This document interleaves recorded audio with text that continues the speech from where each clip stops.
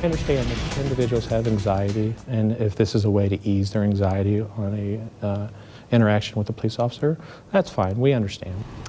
That was the KCPD on Friday when a positive response to an app that helps record video hands-free when you're getting pulled over. So when we heard from a man who was ticketed by police soon after recording someone else getting arrested, we had serious questions. Our Betsy Webster spent the day investigating this story from every angle. Roderick Reed was driving past this shop at Brush Creek Boulevard in Virginia last month when he saw something alarming. Don't ever want to see it again. He started recording this from his car. You can see the woman's head hit the ground. Police say their 911 call was about a man dressed as a woman, so we'll call her the latter. Reed says she was bleeding and held down for much too long, even after she seemed to stop fighting the arrest. Once you get detained in handcuffs, whoever threat that person was resisting, the threat is over. I want to make sure we review this thoroughly with the officers, with their staff, with our training personnel. A KCPD spokesman says it's too soon to say whether there was any misconduct, but he says it's possible the woman seems subdued only because the officers are using what experts call pain compliance to keep her still until a transport wagon got there to provide a cage and leg restraints. Someone can still pose a danger with their feet or legs in a kicking manner, or their head, or their arms from even behind their back. From a handcuffed position, they can still be a danger to officers.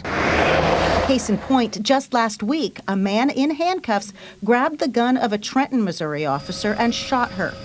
No one can say if that was a threat here, but the owner of the beauty store described the local woman's behavior as erratic and combative well before police arrived. He says the woman was outside the beauty supply store and right next to this trash bin had a whole stack of garbage bags filled with clothes. He said, you need to move those because, well, they were blocking the door so that customers couldn't get in. But the woman said, no way. He says the man then came out of this vacant house where the trans woman also spends time going in and out, and the two of them got into a screaming match right here in front of the store. Before all was said and done, he said the woman came into his store, was cussing him out using Asian racial slurs and refusing to leave. But there's also the question of police giving Reed, the man who recorded the video, a ticket after telling him he had to leave while shooting the video. I ain't interfering, I'm recording. Yeah, so am I. Move along. The exact charge was I was blocking the street. It's clear in the video, you can see I was not blocking the street. Because there was hardly any traffic to block. You're blocking traffic. That's his car on the left in dash cam video police provided.